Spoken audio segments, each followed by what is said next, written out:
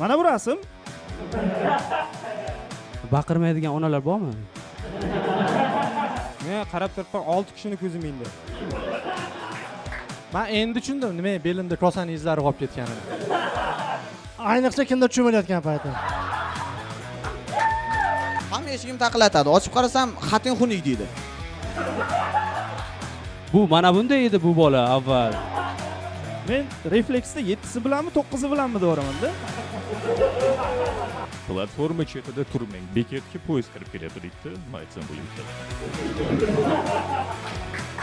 Singlim o'ting kiyining deydi. Men buni qarab turaman, bu yerda o'ynab o'rku deydi. Hamma so'z aytadi-yu, men metroda yuraman, meni pulim yo'q, kambag'alman deydi-yu. Pluslar aldamagan ekan.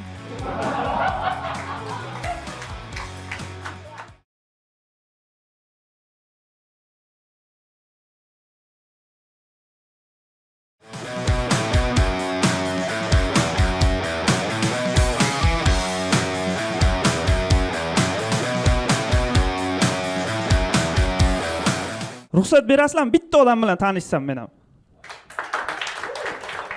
Assalomu alaykum aka. Ismingiz nima? Aka, ismi Doston ekan. Stand-upni boshlaymiz. Bilasizlarmi, bizda sensirash va sizlash mavzusiga bizda O'zbekistonda juda qattiq qaraladi. Bilasizmi, Doston? Juda qattiq qaraladi. Shular aytadiki, men deydi, yaqin olganim uchun sensirayman deydi. Juda g'alati ko'rinadi menga. Chunki men dadamni ham sizlayman-da. Dadamni yaqin ham olaman. Boshlig'imni ham sizlayman. Uni ham yaqin olganimdan. Chegaralarni buzadi sensirash. Masalan, kim bilandir orangizda qanaqadir chegaralar bo'lsa, sizlar sensirashni boshlasanglar, qanaqadir chegaralar bo'ladi, eshityapsizlar. Qanaqadir chegaralar buziladi, lekin kimdir bilan endi sen bilan sensirashamiz degandan keyin men hech qachon unga sen deb murojaat qilmaganman-da. Dabba deb murojaat qilgan, tvar deb murojaat qilganman, lekin sen demaganman hech qachon. Keyin shunaqa odamlar bor, bir sizlaydi, bir sensiraydi. Haligi hayot yo'lini to'liq anglab olmagan odamlar. Telefon qiladi-da, "Azimjon, bir haftaga shu 100 ming qarz berib tura olasizmi?" deydi. "Yo'q aka, pulim yo'q" desa, "Ishlasang bo'lmaydimi uka?" deydi. O'zi ishlamaydi-da. Shunaqa odat bor. Kim sinfdoshlari bilan sizlashgan? Geylar bilan. Biz ham sinfdoshlarimiz bilan sizlashmoqchi bo'lganmiz 7-sinfda. Kelishganimizdan keyin hammasi yarim soat o'tib buzilganda, hammasiga o'sha sinf pahani bittasini oldiga kelib, "Endi buni ham sizlashimiz kerakmi?" degan savol bo'lgan. U ham aytgan, "Ha, kelishdik-ku, sizlaysan-da endi, sen bo'li direktorman" degan. Seriallar ko'rishni yaxshi ko'raman. Ko'p seriallar ko'raman. Bittasi Friends degan serialni tavsiya qildi do'stlar. Qarasam 10 sezon ekan. Ko'p-ku desam, qachonki hayotingda yomon voqea, yomon vaziyatlar yuz berganda ko'rsang, ham kayfiyating ko'tariladi, ham vaqting ham o'tadi dedi. Hozir 9-sezondaman. 9-qayta ko'rishim. Serial ko'radiganlar kinoni ham ko'rishda muammoga uchraydi. Kinoni ham bo'lib ko'radigan bo'lar. Masalan, men Interstellar degan kinoni 10 ga bo'lib ko'raman. Hozir 4-seriyadaman. Lekin bitta narsa yomon bo'ldi. Shu haqda gaplashayotganimizda bitta o'rtog'im spoiler qilib qo'ydi 2-sezondan. Bitta olim atom bombasini yasaydi, Yaponiyaga portlatib yuboradi dedi. Bitta maqola o'qidim. Maqolada serial ko'radiganlarning aqliy faoliyati yaxshi ishlaydi deyilgan ekan. Endi конечно aqliy faoliyat yaxshi ishlaydi. Ofisda o'tirib atrofingizdagilarga ko'rsatmasdan ana serialni ko'rishingiz kerak-da. Aqlingiz juda ishlab ketadi bunaqa payt. Lifehack o'rgataman. Chromedan okno ochasizlar.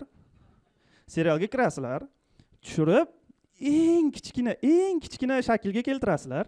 Yarmini bekitasizlar ana uni. Keyin ko'rasizlar. Bir kun men shunaqa bekitdimki, o'zim yo'qotib qo'ydim ana serialni. Keyin boshlig'i ekranidan topdim.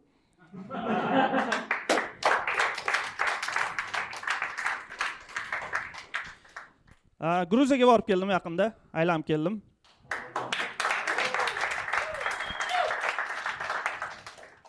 Rahmat. Lekin juda kam pul bilan ketdim-da Gruziyaga aylanishga. Shunaqa desam, o'rtog'im, "Ha, mana Arioreshkaga o'xshab $100 yashab qolishni ko'rsatdi" deydi. Alam qiladiganim men $100 yashab qolish ko'rsatishim uchun menga yana $50 kerak-da. kirishda sug'urta so'rashar ekan Gruziyaga. Sug'urta so'rashar ekan, o'zimiz banklar qilib berar ekan. Sug'urtaning narxi 27500 so'm ekanda. Ko'rishim bilan, "O, arzon ekan." Unda sразу o'rtog'imdan qarz so'radim. Keyin bu sug'urtani shartlarini o'qib turdim. Agar sizga Gruziya hududida nimadir bo'lib qolsa, bu sug'urta orqali siz 60.000 € olishingiz mumkin dedi. 60.000 € tasavvur qilasizlarmi? Ana o'rtog'imdan qarzimni ham to'lasam bo'ladi, bu pulga. 60.000 €. Shundan keyin ChatGPT dan so'rovlarim qanaqa qilib og'riqsiz o'zini nima ayb qilish mumkin? Shunaqa bo'lib qoldi. Gruziya musulmon davlat bo'lmagani uchun ehtiyot bo'lish kerak ekan restoranlarga kirganda. Ofitsiantga aniq tiniq qilib, shu cho'chqa go'shti yemasligingizni tushuntirishingiz kerak ekan. No pork dedim. Keyin bemalol zakaz qilsangiz bo'ladi. Qizil vino, oq vino.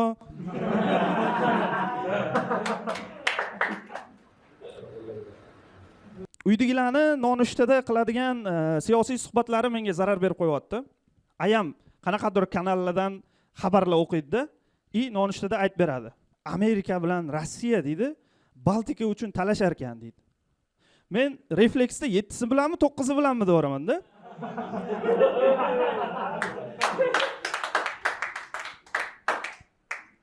Dadam aytadi, parlamentda qisqartirishlar bo'lar ekan deydi. Miksiga tegishmasa bo'lardi deyman. Qattandir amakim topilib keladi-da, Chinozda bitta uyda 1 kilo narkotik topilibdi deydi. Hamma menga qaraydi. Men jinni emasman. 1 kilo narkotik uyda saqlab. Qo'shninikidan chiqibdi. Yaqinda ishxonada bitta podborka qotdim, foto studiyalar haqida, Toshkentdagi foto studiyalar haqida. Bir narsani o'ylab qoldim. Shu bizning hayotimizga foto studiyalar degan narsa o'zi nimaga kerak? Prosta chiroyli fonda seni 10 ta rasming bor. Sen uni Instagramga qo'yding, 20 ta like, 10 ta olovchi. Bo'ldi. Prosta shotingizdan 1,5 million minus. Boshqa hech qanaqa bir foydasi ham yo'q, boshqasi ham yo'q. Kompyuterxonada, o'zimizning qishloqdagi kompyuterxonada ham 10 ming so'mga o'sha chiroyli fonni qilib beradi-da. Bir marta men juda rasvo holdagi rasmimni olib borganimda, Photoshopda juda chiroyli qilib berganda, hozir o'sha rasm pasportimda turibdi. Foto studiyalar bizga umuman kerak emasligini isbotlashga fakt bor, hujjatlar yig'ib kelganman. Mana bu rasm kimdir foto studiyada rasmga tushishdan oldingi yer sharini ko'rinishi. Mana bu rasm kimdir foto studiyada rasmga tushgandan keyingi yer sharini ko'rinishi.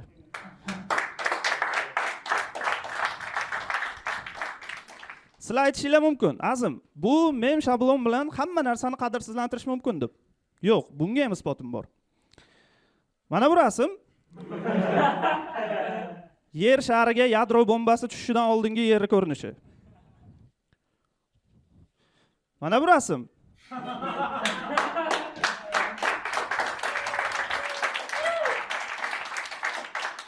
yer shariga yadro tushgandan keyingi dunyomizning ko'rinishi. Dadam o'zini avlodini kumirlari haqida ko'p gapiradi va dadamning aytishi bo'yicha ularni avloddagi o'sha mashhur odamlar juda aqlli, juda bir ilmli, kuchli, qanaqadir brutal odamlar bo'lishganda, bizning avloddagilarni kumiri kunduziydi. Dadamlar ulardan nimadir o'rganishi mumkin. Biznikilar kunduziydan nimani o'rganadi? Qiz bolaning akkauntini ochib yozishimi? Bilasizlarmi, insondagi eng yaxshi assotsiatsiyalar bu hid bilan ishlaydi. Qaysidir hid sizni bir vaqtda o'zida bolaligingizga qaytarishi mumkin. Qayerdadir ketayotganingizda nogahon qanaqadir ifor keladi. Siz sразу o'ylaysiz, 5 yil oldin ana chiroyli qizdan kelgan hid освежительники bo'lgan ekanda.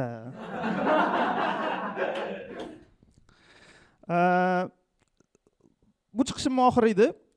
Uncha yaxshi tayyorlana olmadim konsertga, har xil sabablar bilan. Lekin menga farqi yo'q, chunki yomon chiqqan bo'lishim mumkin, lekin menga farqi yo'q, chunki men bu rasm yomon chiqqanimdan keyingi yer ko'rinishi.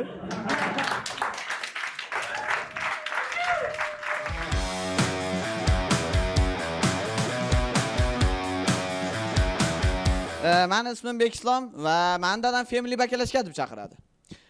bu menga yoqmaydi. Bir kun dadamdan so'radim. Dada, nimaga ani family bakalashga chaqirasiz? Desam, qara o'g'lim, family bakalashgani qopqog'i kichkina, og'zi bo'shda, suv chiqib ketaveradi. Sen ham mana shu stand-upga chiqib qolib biz uydagi muammolarni aytib shu og'zi bo'shlik qilyapsan dedi.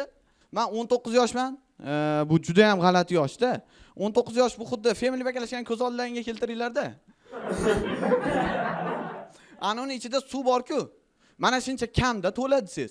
Ay, u hali yarim siz yarimdan ko'pda. Ana shuning ichidagi suv 19 yosh. 19 yosh. Yo kichkinaligingizni bilmaysiz, yo kattaligingizni bilmaysiz. Bir kun dadamga aytdim-da, dada, men velikka pul bering dedim. Sen dadam aytdi, o'g'lim, sen katta bola bo'lding, bor ishlab pul top. Borib ishlab pul kelsam, pul olib kelsam, yosh bola shuncha pulni nima qilasan deb qo'limdan olib oldi. Da shunaqa mana yerda hazırlar.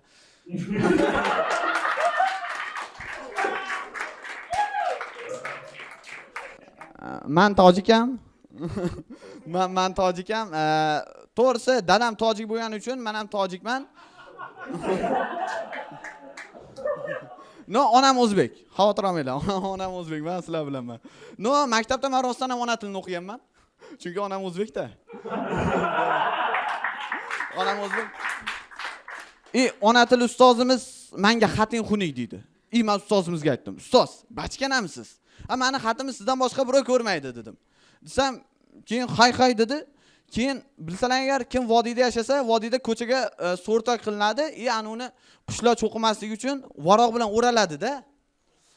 Dadam ani ona tili daftaridan foydalangan. Endi ko'chadan o'tgan ketgan meni xunuk xatimni ko'ryapti-da.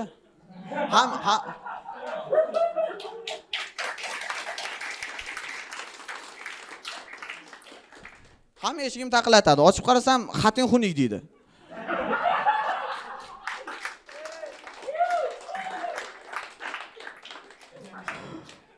Xatim xunuk deydi, keyin ne chiqaman, xatim uzoqdan bilinmaydi-da. Prosta anu ona tili ustoz qizildan katta qilib chiroyli yozib qo'ygan. Da shunaqa. Dadam qiziq odam-da. Dadam aytardi, "O'g'lim, sen nos chekmagin. Nos eng iflos narsa-da. Nos ani tualetga tushsa, tualetni ham harom qiladi." Yo, o'zi dadam chiroyli gapiradi, og'zida nosi borda shuna gapiradi. Kim kasal bo'lgan?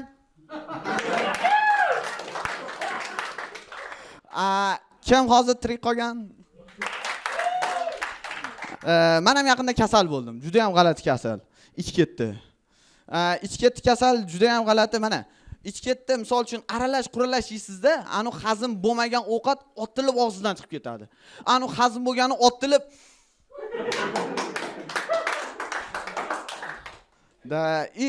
doktorga bordim, meni tekshirdi, ikkita varoqni qo'limga berdi. Bittasi to'la dorilar ro'yxati, ikkinchisi apteka manzili.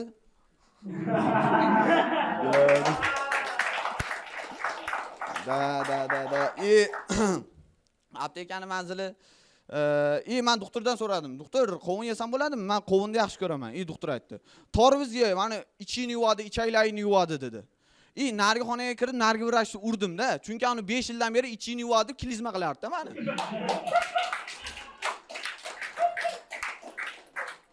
Da. Yomon doktor. Men hozir klizmani tushuntirib bermoqchiman. Mana nos chekkaningizdan keyin og'iz suv chayib tashlaysiz. Klizmada da.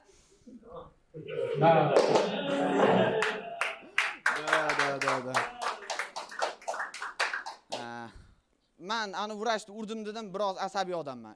Psixologga oldiga bordim. Psixologga oldiga borsam, psixolog aytayapti. Deyapti. Sen asabiylashayotgan bo'lsang, baliq ovladi. Baliq oviga bordim. Chuvalchangimda qalmoqqa ilib o'tiribman-da, baliq bitta keldi, aylandi. Shuni qalmoqimni ko'tarsam, chuvalchang yo'q.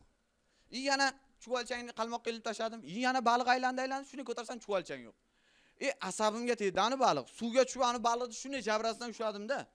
Og'ziga qo'limni tiqib, chuvalchangimni olib, ani o'g'rilikda ayblab militsiyaga berib yubordim ani baliqni. Men o'zi baliqlar bilan oldindan chiqisha olmayman, orqadan chiqishamiz.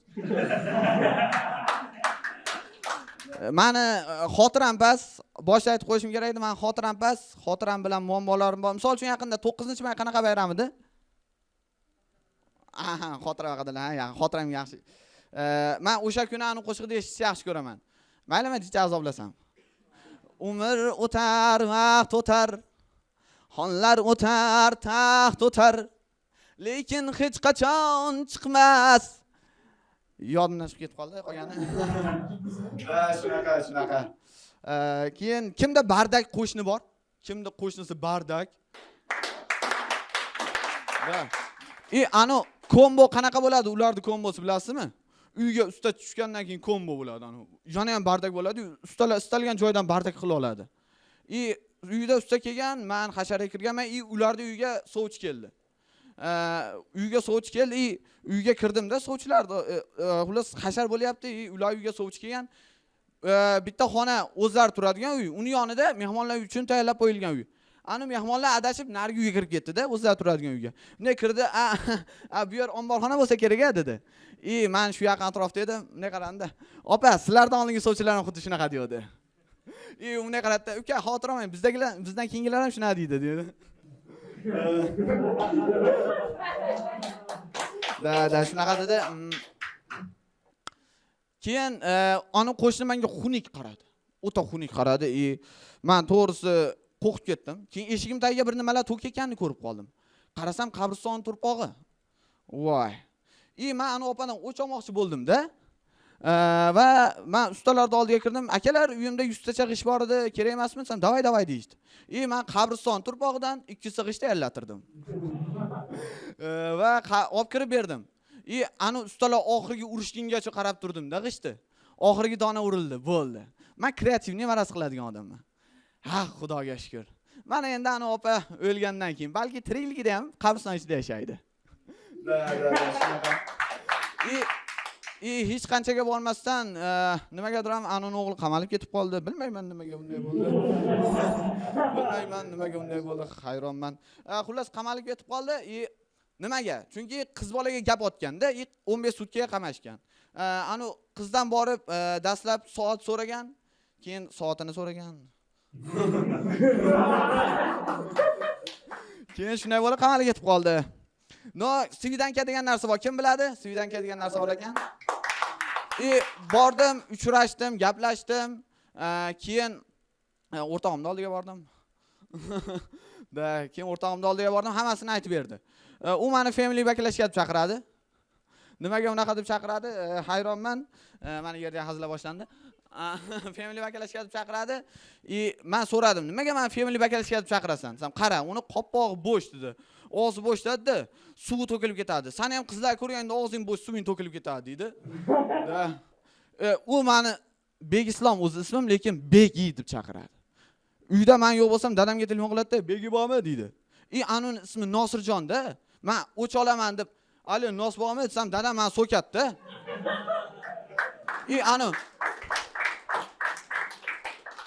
Anu Begi bormi deganiga ham men so'kish eshitaman-da. Men kreativ, maraz odamman. Men marazlik, yana kreativlik, marazlik qilaman.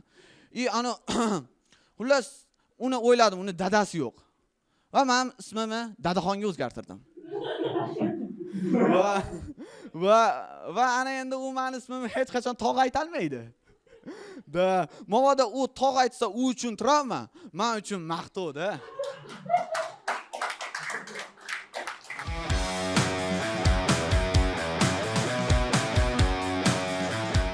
Yaqinda bitta tanishim bilan ish qidirib yurgan ekan, rezyume qilaylik dedi. Vakansiya kanallarga joylashtiraman dedi. Keyin birga tayyorlayapmiz.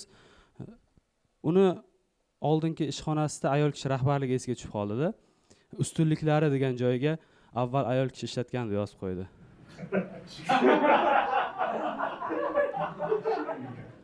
Keyin men aytdim, "Sani boshlig'ing haydaganmi ishdan?" "Ha, bo'lmasa qo'shib qo'y, ayol kishi haydagan ham" deb.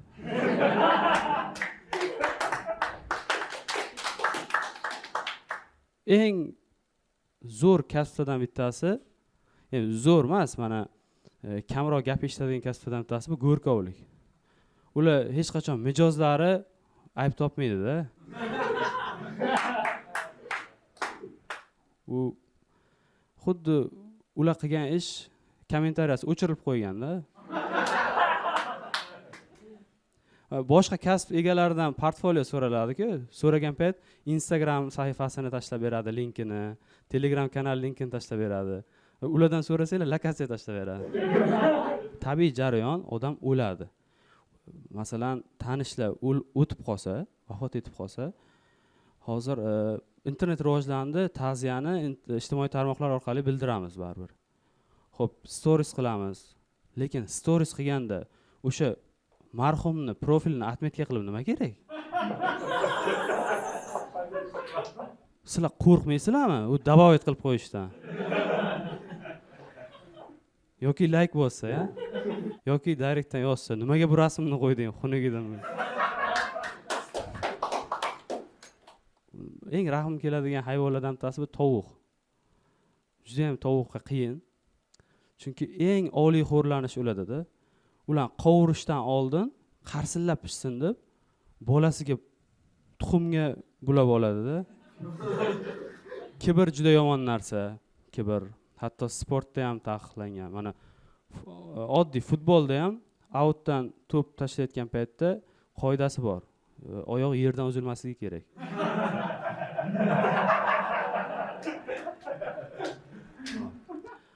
Men yugurish bilan shug'ullanmoqchi bo'ldim-da. Yugurishga odatlanmoqchi bo'ldim.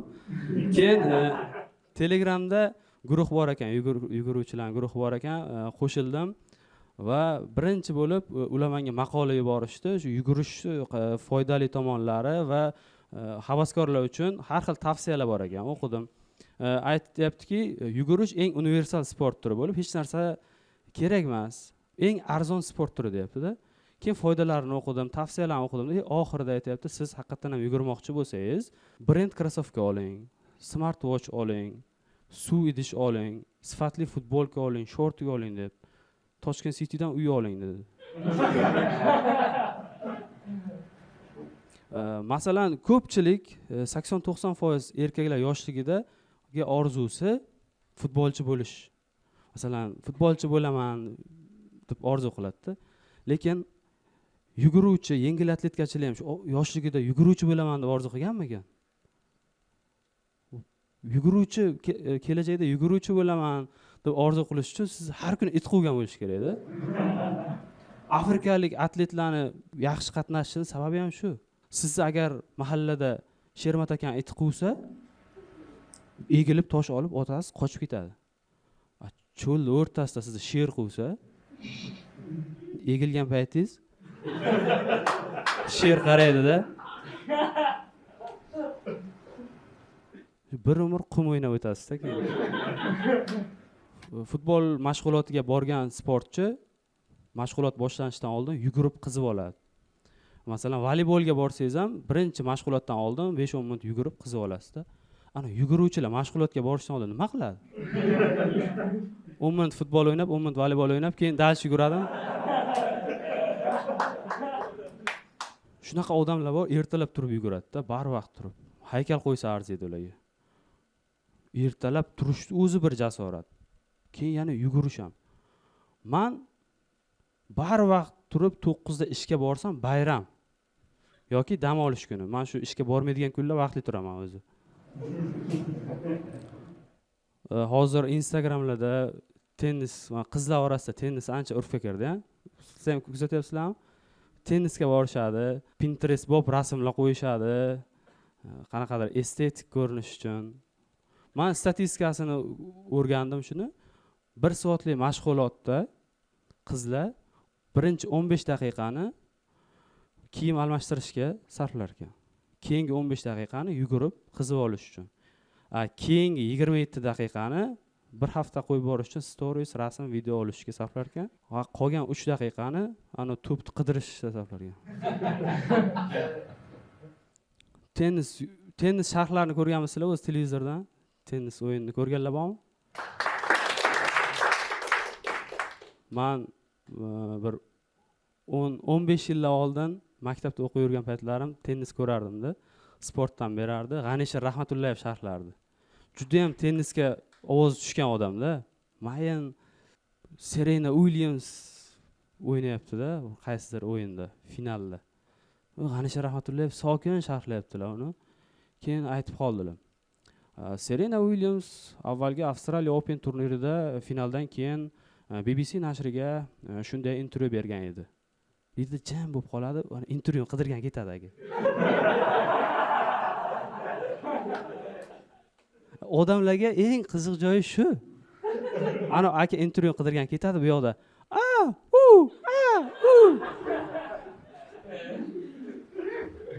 Men nashriyotda ishlayman. Menimcha bilmasanglar kerak bu haqda. Nashriyotda ishlayman. Biz yaqinda kitob do'konimizni ochdik. Kitob do'konida sotuvchilik qilyapman hozir, qo'shimcha. Kitob sotuvchilik masalan ko'pchilik uchun mana kinolarda yoki kitoblarning o'zida shunaqa tasvirlanadi. Kitob sotuvchisiz keladi, xaridor keladi, unga kitoblar haqida gapirib berasiz, u sizni mahliyo bo'lib eshitadi, keyin o'sha reklama qilgan kitobingizni oladi.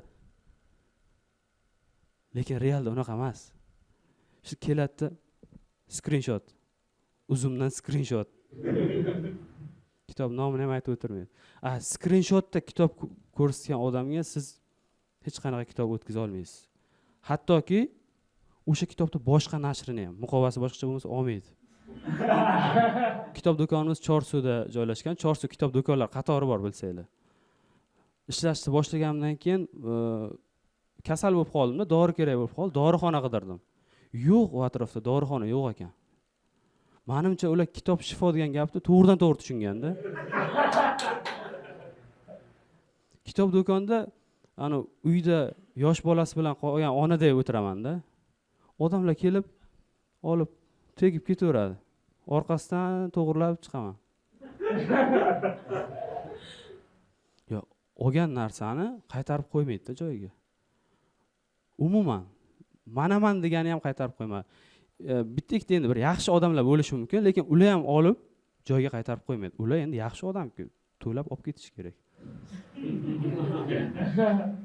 Menda bir shunaqa refleks paydo bo'lib qoldi-da, bilmayman nimagaligini. Kitob do'konga shuna do'konni kiradida odamlar falon kitob bormi deb so'raydi-da. Men u kitobni birinchi so'zi, birinchi bo'g'inidan bilaman, bizda yo'q u kitob. Lekin men ozgina yo'q. Shuni yo'q desam bo'ladi-ku birdan. Hozir yaponcha lug'at ko'p so'rab kirishyapti 2-3 kundan beri. Yaponcha lug'at bormi deb so'raydi. Yo'q, xitoycha bor deyapman-da. Nimaga? Yo'q desam bo'ladi. Xitoycha nima kerak yaponcha? Shu darrov yo'q deyish o'rganishim kerak. Shuning uchun YouTubedan videolar ko'rdim. Psixologlarning har xil videolari bor ekan. Yo'q deyishni. Shu birdan yo'q deyish. O'rgandim, uni ko'rdim videolarni. Endi amalda qo'llayman deb turgan paytda buxgalter telefon qilyapti. Avans yozaylikmi boy dedi. Yo'q deyapman-da. Kitob qidirib kiradiganlar kitob so'zini ishlatmasdan shunchaki nomini aytib qo'yadi. Ammo u paytda nimadir ish qilayotgan bo'lishim mumkin.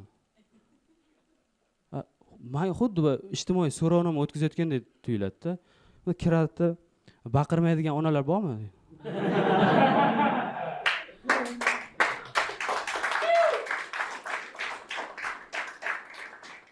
Yo'q desam, boshqa do'konlarda bormi? Butun dunyoda bo'lmasa kerak bunaqasi.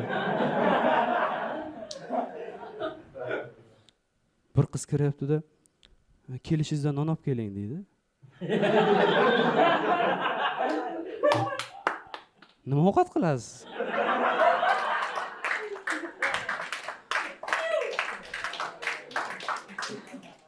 Salatam olaymi? Yo'q, shunaqa kitob bor dedi. Shermen Yashar yozgan dedi. Men aytdim, akaga ayting bir normal nom qo'ysin. Ko'rdinglarmi, sizlar telenovella bilan chaqilgan paytlar kitoblar nom bo'lib ketdi. Ya, Shermen Yashar yaxshi yozadi dedi. U aka emas dedi. U opa dedi. Shermen Yashar opa. Ha, opa dedi.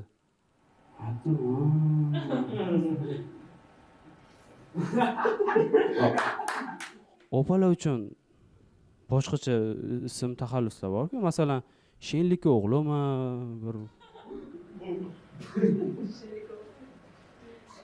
bittasi kirdida ertaga o'ldirgan boraman deydi.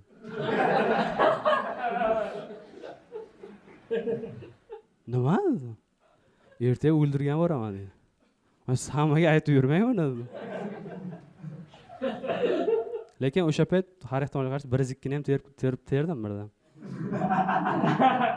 Bir ikkita nima deydi, o'zini Shuster deb o'ylaydiganlar bor. Sherigi bilan keladi-da, sherigini kiritmaydi do'konga.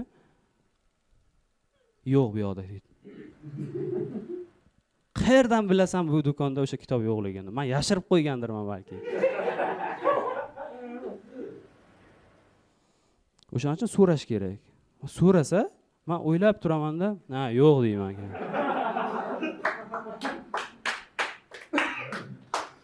Plastik xirurgiya rivojlanyapti hozir. Instagramda ko'rib qoldim, yaqinda bitta rinoplast, burunni o'sha to'g'irlaydigan bitta doktor Instagram bor ekan. Bitta bola borganda endi u burni sal qiyshiqroq ekan, to'g'irlagan, reels qilib qo'ygan. 5 million prosmotr bo'lgan. Endi anavi bola bechora burni qiyshiqligini atrofidagi 15-20 ta odamdan uyalib, pul yig'ib borgan. Ana doktor ham videoni shunchaki mana yaxshi bo'ldi deb qo'ymagan. Tepasida katta eski rasm turibdi. Bu mana bunday edi bu bola avval. Instagram Reels.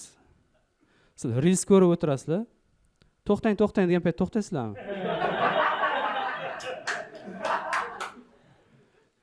Reels o'zi 40 sekund Reels assalomu alaykum deb boshlanadi.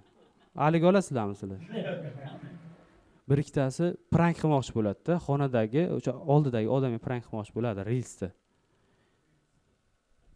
Kameraga oladi-da, kameraga qarab tish deydi. Men uni videosini buzib qo'yaman-da bu odam o'tirib.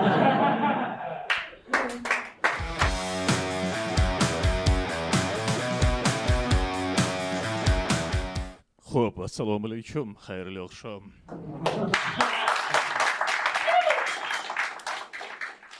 Ben chiqdim, endi quloqlar dam oladi.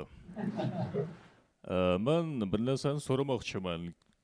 Chiqishim boshida kim metrodan foydalanadi? Hamma yalanga yo'lashyapti. Yo, to'g'risi o'zim ham foydalanaman metrodan va bilasizlarmi? Birpas jim tur. O'zim ham foydalanaman metrodan. Bilasizlarmi, mana metrodan ko'p foydalansangiz, vaqt o'tib o'zingizda ifloslik odatlarini sezishni boshlar ekansizda. Haligi meylisa qarab turmagan bo'lsa, kirish mumkin emas degan joydan kirgiz kelar ekan. Turniketdan pul to'lamay o'tib ketgiz kelar ekan. Sizlar ham mana pastdagi relslarga sakrab ko'rish haqida o'ylab ko'rganmisizlar? To'g'risi. Bilasizlarmi, g'alati holatlar ko'p. Mana bilsanglar, metroda odam juda ham ko'p bo'ladi-da. Odam shunaqa ko'pligidan siz haligi metrodan chiqib eskalatorgacha, Antarktidadagi pingvinlarga o'xshab sekin zo'rg'a yetib olasiz. Odam juda ham ko'p bo'ladi. Odam shunaqa ko'pligidan bir xil payt haliga e'tibor berganmisizlar, qayerga ketyapti bu? Men kim gapiryapman? Odam ko'p bo'ladi. Odam shunaqa ko'pligidan endi u ishlamaydi hamda hazil. Xullas, boshdan boshlayman, qaranglar. Metroda bir xil payt odam juda ham ko'p bo'ladi-da. Odam shunaqa ko'pligidan uchta eskalator ham to'la odam bo'ladi. Lekin nimagadir doim mana budkasda o'tirgan opa hech narsa bo'lmaganda, "On tomonga turib olamiz, on tomonga turib olamiz." Qayerga turib olamiz? Bir-birimizni boshimizga chiqamiz. O'ta g'alati. Keyin bilasizlarmi, haligi mana metro kelishdan oldin ogohlantirish bo'ladi-da.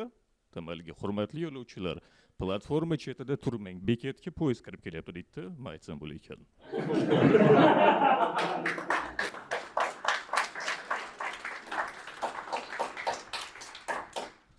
Deydi, lekin bilasizlarmi, baribir orada bitta ikkita qitmirlar bo'lar ekan, sariqchasiz qo'yog'ini qo'yib ko'radi ekan. Ular chistan Melisa akalarning asabini sinab ko'rmoqchi bo'ladi doim. Odam juda ham ko'p bo'ladi. G'alati. Bo'ldimi? Stakan olib kelmaysizmi unga? Metroda keyin bilasizlarmi, sekundomer bor. haligi poyezd ketganiga qancha bo'lganini ko'rsatadigan kim biladi, kim ko'rgan? Yo'q, mana o'zi poyezd kelishi o'rtacha 5-6 minutda. Lekin bir xil payt 7 minut bo'lyapti, mana u poyezd kelaydi deydi. 8 minut bo'lyapti, ana poyezddan xabari yo'q-da. 9 minut bo'lyapti, baxtga. 9 minut bo'lyapti ham, mana u poyezd kelay demaydi. Oxiri 10 minut bo'lgandan keyin ko'rganmisizlar, sekundamerda o'zi ham, "Ey, men ham bilmayman, qarachi qachon poyezd keladi" deb o'chib qoladi.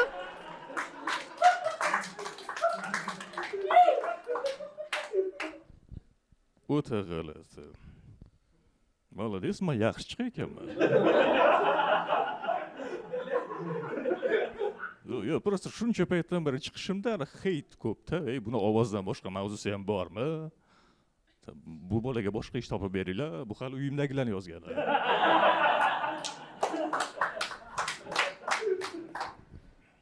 Meni nimam bor?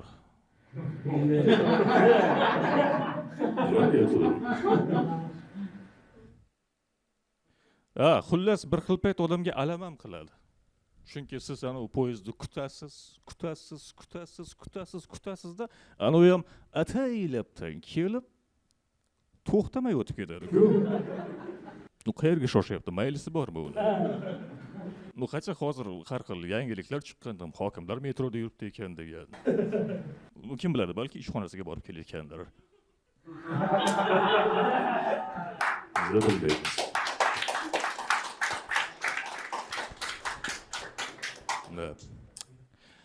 Meni metroda bitta orzuyim bor. Bu sizlar ham bilasizlar, monitordagi multfilmni bittada boshdan oxirigacha ko'rish.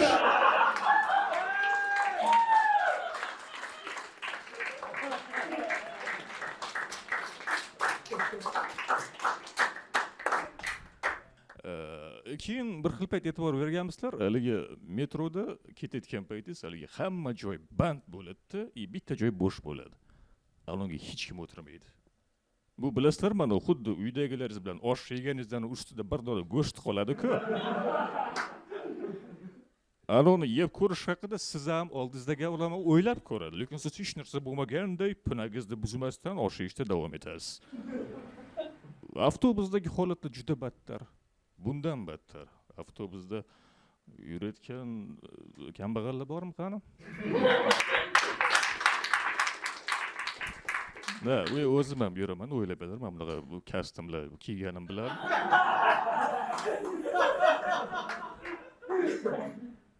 G'alati holatlar ko'p bo'ladi. Haligi mana bilasizlar, bir xil payt shunaqa holat bo'ladi, toza qova avtobusni tark etgan payt. E'tibor berganmisizlar, kimdir o'sha payt o'ziga juda ham duxiy sepib kelgan bo'ladi-da. Umuman tushunmaysiz, buni duxisini hidi o'zi shunaqami? Yo kimdir o'sir, вообще tushunmaysiz.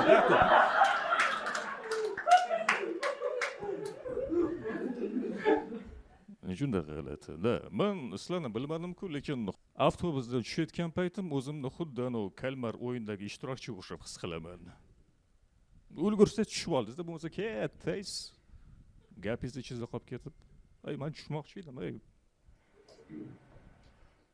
To'g'risi, kim mashinada oldiga o'tirib ketishni yaxshi ko'radi? Sizlar ham yaxshi ko'rasizlar-da. Sizlar menimcha paketli choyni ham oxirigacha siqib ichsalaring kerak. Kommentlarda ham men birinchi deb yozasizlar.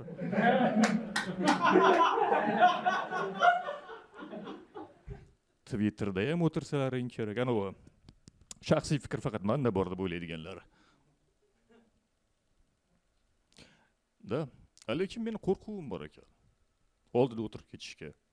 O'shaning uchun ham agar taksida mabodo oldiga o'tirib qolsa, mana yo'l bo'yi haydovchiga qo'rqinchli voqealarni aytib ketaman. Ey, mana yerda kecha shunaqa avariya bo'ldi, strashniy. Что buni 70 ta ketsin, 7-polosada. Yana turib mana uni maqtab ham qo'yaman. Ey, siz mashina akkuratni haydayotgansiz. Birovlarga o'xshab, bunday qilmas ekansiz-a? To'g'risi, davaychi tak, avariya bu juda yomon narsa. Juda yomon narsa. Lekin agar qaysidir o'pkasini bosib ololmagan mashinasini minday haydab olib borib taq etib ursa men ham kayf qilaman.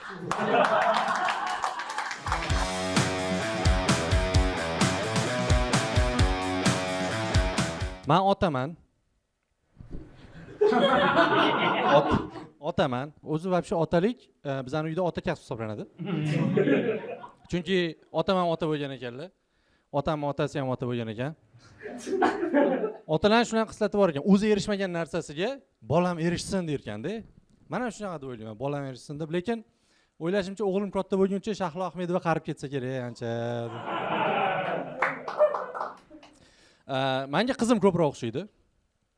Qizim juda ham o'zimga o'xshaydi. Buni oyim aytdilar, qizing o'zingga o'xshab cho'milishni yomon ko'radi deydi. Nimaga unaqa ekan deb qiziqib ko'rdim. Keyin oyim bilan xotinim qizimni cho'miltirishini ko'rdim. Ular bola cho'miltirmayapti. Ular gilam yuvyapti. Shunaqa yuvyapti. Har ehtimolga qarshi shva bilan bekitib qo'ydim. Men endi tushundim nima belimda ko'sani izlari qolib ketganini. Qizim o'zimga o'xshaydi. Tishini yuvish yaxshi ko'radi. Xotinimga nisbatan bizada, men bilan qizimda gigiyenik tomonlama qanaqadir bardaklik bor. Misol uchun xotinim ham meni ham tish cho'tkamiz yonma-yon turadi-da. Meni tish cho'tkam quyoshga o'xshaydi-da. Prям har tomonga nur taratib turibdi. Xotinimniki yengiday turadi. Yo'q, qiziqdim, qanaqa bunaqa natija erishgansan desam, u ham meni tish cho'tkam ishlatar ekan. Bananlar juda ham g'alati. Banan juda ham g'alati, bilasizmi? To daraxtda o'sadi, daraxtda o'sgandan keyin o'sha afrikanislar uni kesib oladi, samolyot orqali bizga yuboradi, bozorga keladi, bozorchilar sizga sotadi, polniy rangini saqlab qoladi. Lekin men uyga olib kelib stolga qo'yishim bilan, meni vatanim Afrika-ku deb qorayishni boshlaydi ani. Vataningizga tushadi, qattanligini bildirgisi keladi. Men ham O'zbekistondaligimni bildirib, sразу olib xolodilnikka qo'yib qo'yaman. Bizda shunaqa tushunmagan narsamizni xolodilnikka qo'yamiz. Hamma xolodilnikda tushunarsiz narsalar bor. Misol uchun, yarim kosa ovqat. Nima u? Hammada bor. U nimaga kerak ekan deb o'yladim. Keyin bildim. U sizni optimist yoki pessimistligingizni aniqlash uchun kerak ekan. Agar kosa yarim to'la bo'lsa, siz optimistsiz. Agar xolodilnikda keyin tuxum sarguzasht qiladi xolodilnikda. Prям tuxum uchun ajratilgan joy bor-ku, o'shatdan tashqari hamma yoqda bo'lib chiqqanda tuxum. Imini o'tda bo'lmaydi. Nimaga? Chunki u xolodilnikning eshigida joylashgan. Xolodilnikning eshigi bizda dorilar uchun. Обязательно. Dori to'la, hamma dori bor. Oson apteka degan bot bor, bilasizlarmi? Oson apteka. Oson apteka boti bu dorini qidirishda qaysi aptekadan olishingizga yordam beradi. Yaqinda bitta noyob dori kerak bo'lib qoldi bizga. Yozdim, oson aptekaga yozsam, qaysi aptekalarda borligi kelib chiqdi. Polniy spisklarni qarasam, xolodilnikning eshigi ham bor ekan.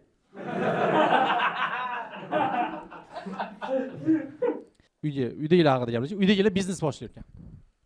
Biznes boshlashdi to'yis, oyim bilan xotinim. Ayol kishining biznesi qanchalik samarali bo'lishi, erkak kishi qanchalik zarar kirgani bilan aniqlanar ekan.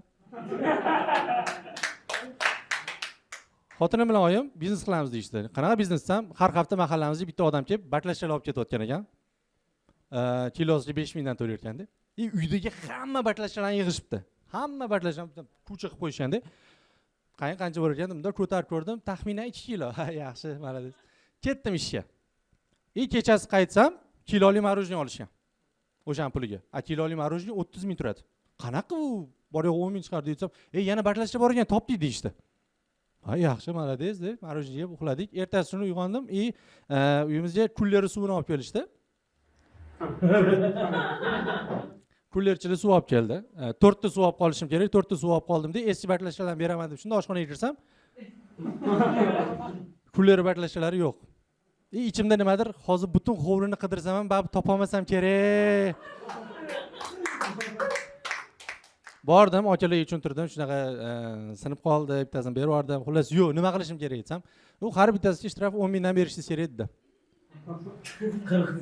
Qizlarda biznes shunaqa, lekin harakatiga ham rahmat. Bolalar biznesni sindirib tashlaydi. Meni bitta sinfdoshim yoshligida uje bitta mors bochka sotib olgan. Mors bochka bilasizmi? Sariq katta bochka bo'ladi, yonida o'tirib mors sotishadi. O'shaqa biznes boshlagan. Yoshligida uje bitta mors bochkasi bor edi. Issiq kunlar tushishi bilan maktabga kelmasdan o'sha morsini sotishni boshlaydi. Hozir vobshe kuchayib ketgan. hozir уже ikkita murs bo'shasi bor. No, u ham harakat qilyapti. Harakat qilmaydiganlar kim bilasizlarmi? Stand-uperlar. Yaqinda stand-uperlar bilan tog'ga chiqdik. Hammasi o'zicha aytadi-yu, men metroda yuraman, meni pulim yo'q, kambag'alman deydi-yu. Pluslar aldamagan ekan.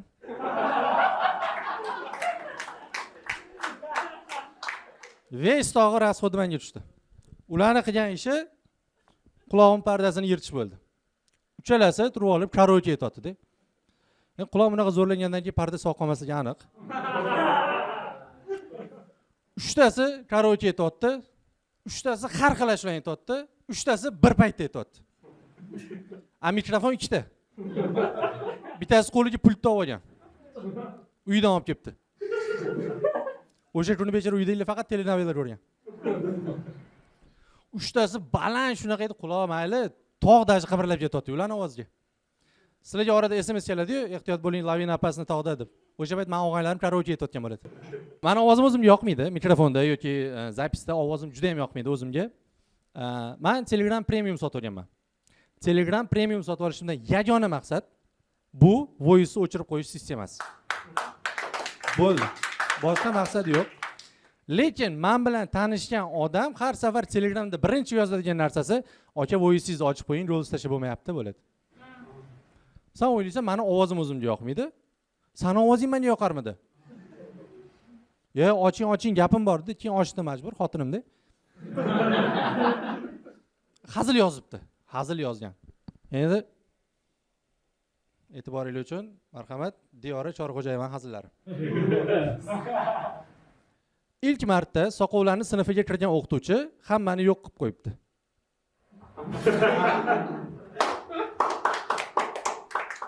Soqovlar cho'kayotgan payt tez qutqaringlar desa suzib ketar ekan. Soqovlar bir-biri bilan qo'l berib so'rashgan payt o'pishib so'rashgan hisoblanar ekan. Xullas xotinimdagi soqovlarga bo'lgan adovat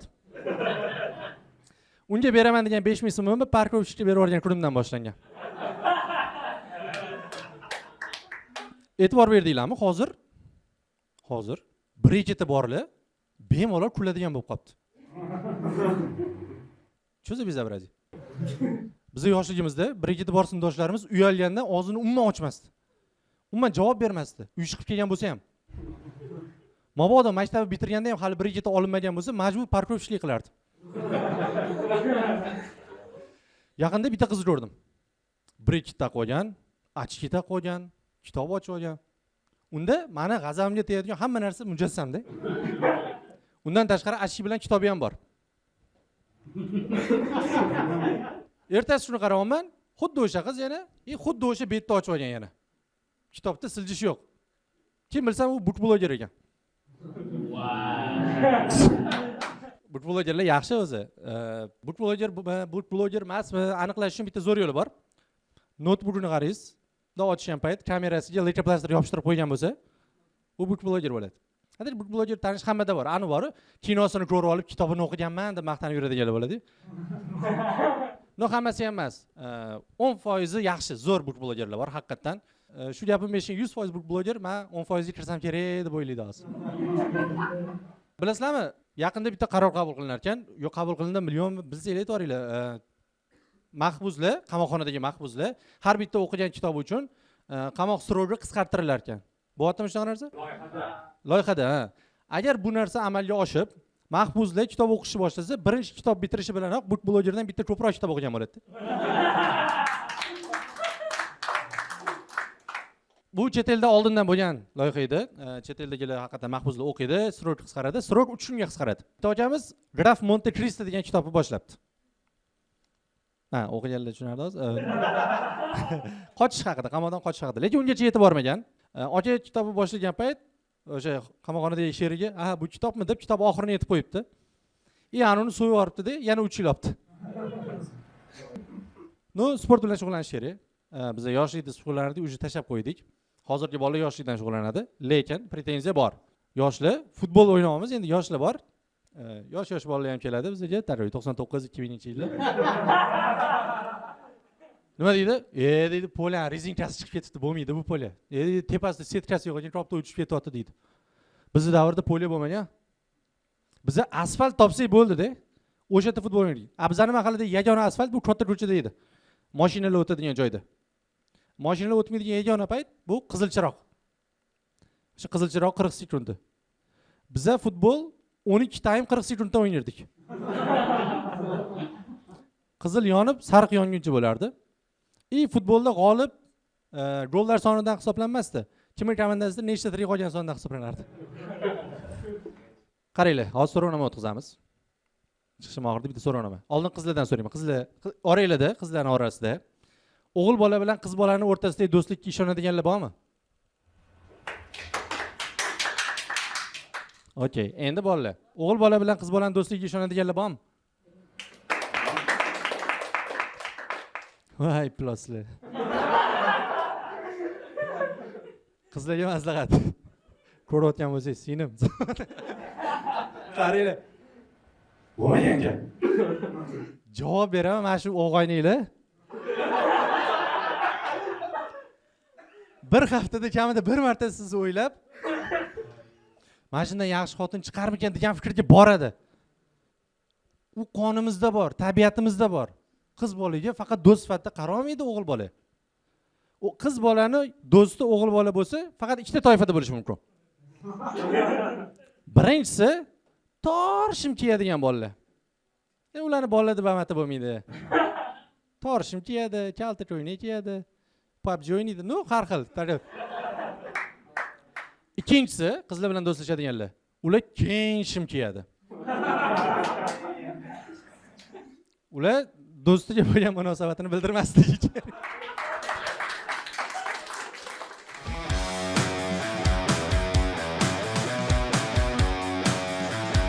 Meni ismim Jamshid, uydagilar erkalab Jontoq deb chaqirishadi. Jontoq tushunmaganlar uchun qurigan o't. Shunaqa uydagilar har doim qanaqadir laqab qo'yib chaqiradi-da meni. Chagana deb chaqiradi uydagilar meni. Chagana tushunmaganlar uchun boqiladigan mol. Ammo keyin men Toshkent Shivani Toshkentliklar bormi o'zi oramizda? Toshkent. Toshkentlik aka, meni ham qo'shingizlar Toshkentga. Toshkent Shiva vaqti qiynalyapman-da. Birinchi marta Toshkentga kelgan paytim bitta chisi toshkentlik brat kelib turib, mana bunaqa deb ketdi-da. Men Google Translate'ga kirdim. Qaysi tilda yozyapti? Ahasini ham tarjima qilyapman-da, qanaqa yozilgan ekan. Toshkentga endi kelgan paytim ko'chada yursam bitta toshkentlik brat kelib turib, "Ukam, Nozaga qatdan boriladi" deydi menga. Men bilmasam deyapman, ichimda aytayapman, shu Shivani o'rganguncha metro o'rgansang bo'lmaydimi? Toshkent Shiva juda ham qiziq. Umuman tushunib bo'lmaydi. Keyin bitta toshkentlik brat bilan janjallashib qoldim-da. U gaplashib bo'ldik degan oxirida nima dedi? "Ukam, povutni berib bo'lding" deydi. Aka, men sizga hech narsa berganim yo'q. Agar so'ramay olgan bo'lsangiz qaytarib bering aka.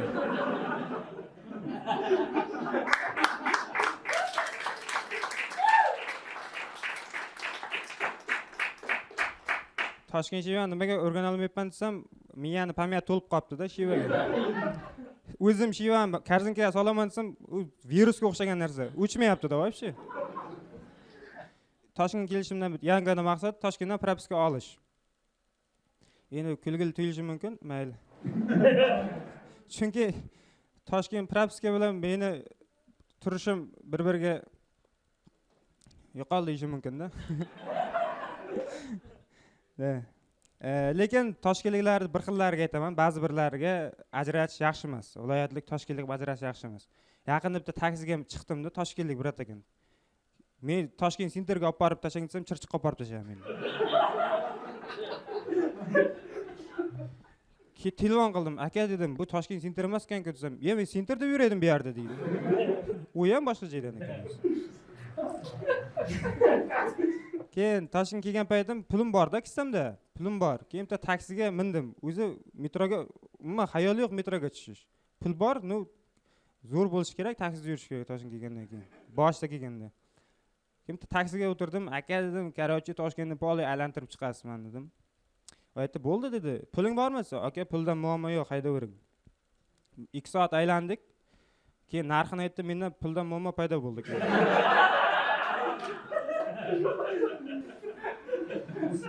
To'g'risi hamda 850 ming ham bo'ladimi aylanib kelishi? O'zi 900 ming pul bilan kelyapti. Keyin tashqi ko'rinish juda ham muhim ahamiyatga ega ekan, ha. Masalan, meni yoshim nechida deb o'ylaysiz? 22. Sizchi? Shunday, meni yoshim 24 da. Lekin o'xshamayman 24 ga da. Ko'pchilik aytadi, yoshim 24 da desam ishonmaydi-da. Yoshim 24 da desam, yo'q, bo'lishi mumkin emas dedi. 16 ga endi kirding dedi. Aya 24 ga kirdim. Keyin tashqi ko'rinish bo'yicha men hozir talpalarga umuman bormay qo'ydim. Chunki talpada masalan 10 ga 10 bo'ladi-ku. 10 ga 10 turganda ikki kishi, glavniy odam ikkitasi gaplashadi, orqadagilar turib, qaysi birini ursam ekan degan xayol bo'ladi-da.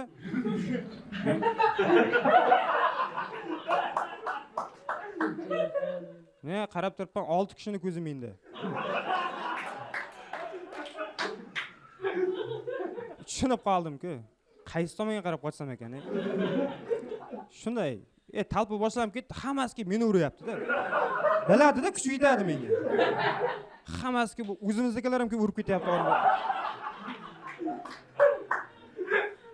Talpa tugagandan keyin bitta jo'ram kelib turib, bittasini zo'r urdim-da dedi. Garang meni urding sen.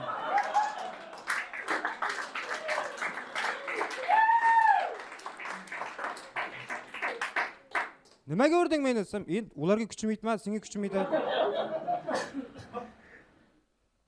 Keyin bizada qarindoshlarda shunaqa narsa juda ham avj olgan, ya'ni to'yga va janozaga juda ham kuchli e'tibor qaratishadi.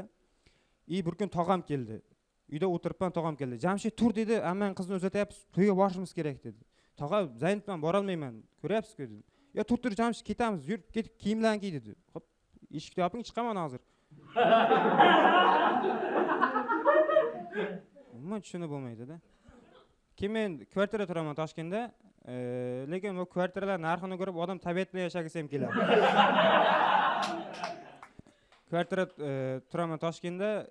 Bitta kvartira, boshqa kvartiraga o'tdim, lekin u kvartira menga uncha sharoit yoqmadi. U sharoit qanaqa desam, ba'zi bir xonalarning eshigi qulflanmaydi. Ana xonani ochmasangiz, xonada kim borligini bilmaysiz-ku. Bizda qanday bo'ladi? Uzr so'rashni ham o'shandan o'rgandim-da o'zim. Uzr. Shu oxirida ochdan turib qo'yibman. Keyin qizlar mavzusida men ko'p aytaman-da, qizlar meni tashab ketadi deb. Menga alam qiladi juda ham. Bir ikki tashab ketsa mayli-da. Hachab alam qilmas hech bo'lmasa. Keyin bironta qiz bilan gaplashsam ham unga qarab meni yaxshisini topib ol deb ayta olmayman. Chunki ana aplos topadi-da, ana. Men bo'lsam bir 5-variant bo'laman. U qanday variant tanlaydi? Nodir, Malibu, Javohir, Spark. Oxir 5-da Jamshid. Yalanga yo'q. Kartamga 200 ming tashsa keyin gaplashaman. Shunaqa bo'ladi. Keyin komiklarga, stand-up komiklarga qiyin bir xillariga. Shunchalik qiyinki, men stand-up komikman deb qishloqdagi jo'ralarimga aytganman. Ular shundan beri menga telefon qilib, men tinchim buzgan vobshe.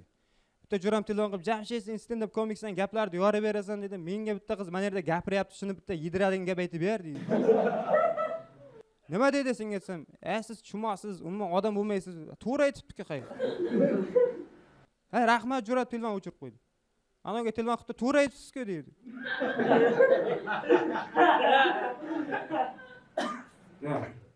Men jo'ralarim bitta laqab qo'yishgan, juda ham yomon. Drabovik deb chaqirishadi. Drabovik tushunmaganlar uchun o'qni sochib otadigan qurol. Sabab bor, chunki men ovqat yetganda aksiradigan odatim bor.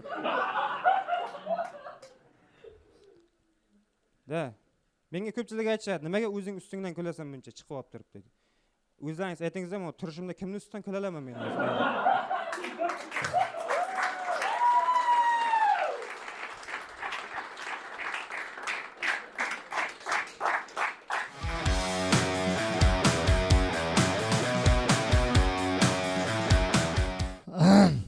Yosh bolalar yo'q, ha? Ajoyib. Mani yoshlikda zo'rlashgan. zo'r молодец deb so'raysan. Ha, shunaqa. Vannada sevishni yaxshi ko'raman. Ayniqsa kimdir cho'milayotgan payti.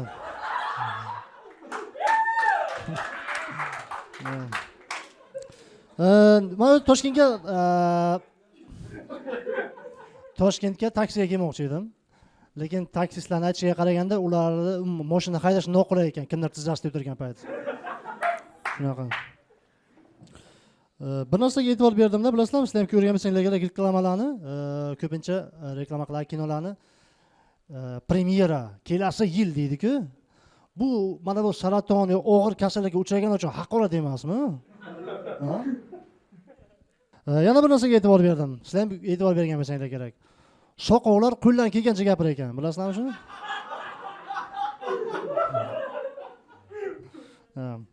Yaqinda mani qo'shnim farzandini tashlab ketdi. Qarab turing bolamga deb multfilm qo'yib bersam, ko'rmayman deydi. Noz qiladi multik ko'rishga. Mazza qilib ko'rdim Hentayni bir o'zim.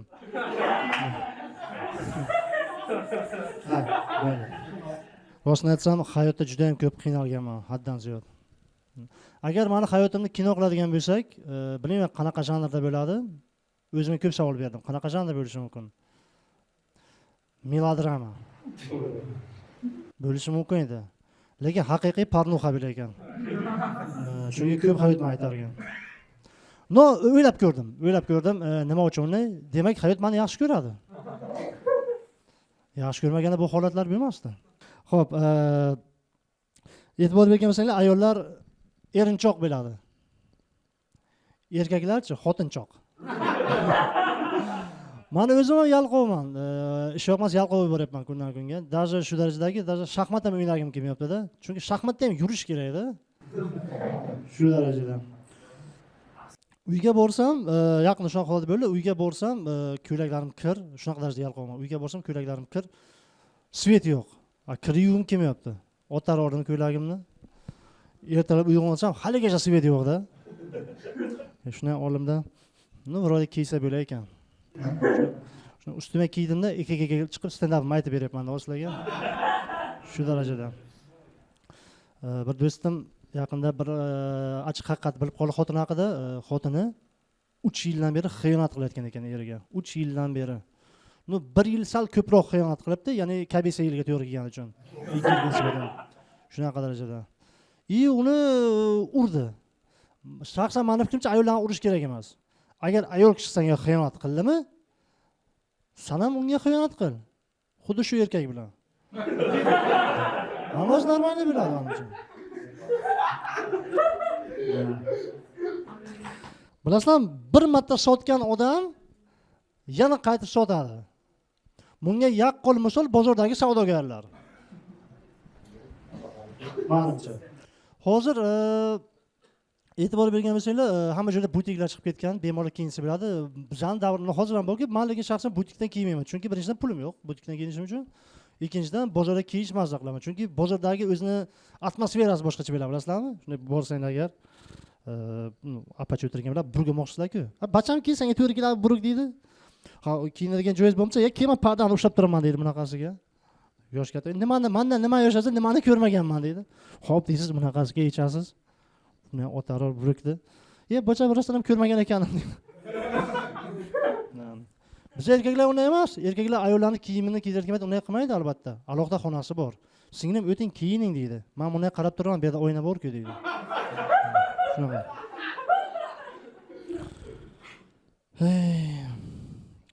Hozir e'tibor bergan bo'lsanglar, o'zbek tiliga juda ham katta urg'u berilyapti. Ya'ni rus tilidan voz kechish. Shaxsan mening fikrimcha, rus tilining ayrim so'zlarini voz kechmaslik kerak, ya'ni qoldirish kerak. Oddiy misol, zakonni degan so'z, bilasizlarmi? Yosh bajadan so'rasanglar, ishing qanday desang, zakonni deydi. O'zbekcha tarjima qilib bermaydi-ku, qanday qonuniy deb biladi yosh bachcha. 5 yoshli bola. To'g'rimi? Ishlaring qanday? Qonuniy. Ya'ni nima sen shu paytgacha nima noqonuniy ish qilding? Tarjima qiladigan so'zlarning o'zi bor. Masalan, oddiy misol morojniy. Ya'ni moroz. Muzqaymoqda, moroz, muzqaymoq, to'g'rimi? Yoki холодильник, холод. sovutgich, to'g'rimi? Buni so'zma-so'z tarjima bo'laveradi.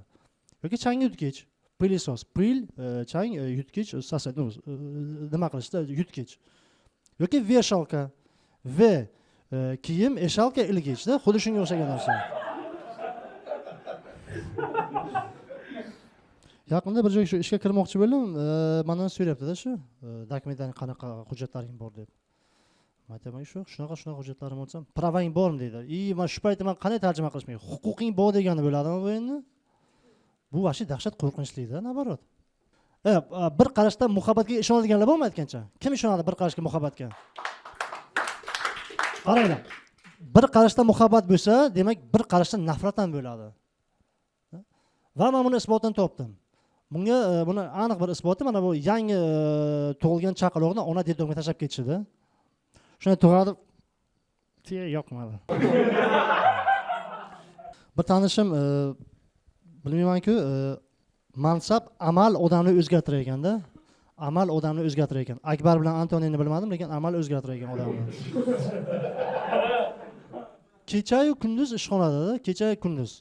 Nimaga uni kechasini ishlayapsan desam, boshlig'im ketishini kutyapman deydi. U boshlig'ining ketishini kutyapti, boshlig'i ketishini kutadi, boshlig'i ketishini kutadi, boshlig'i ketishini kutadi, qorovul hammasini kutadi ketishini. Uxlash uchun. Menda hozir shular, katta rahmat.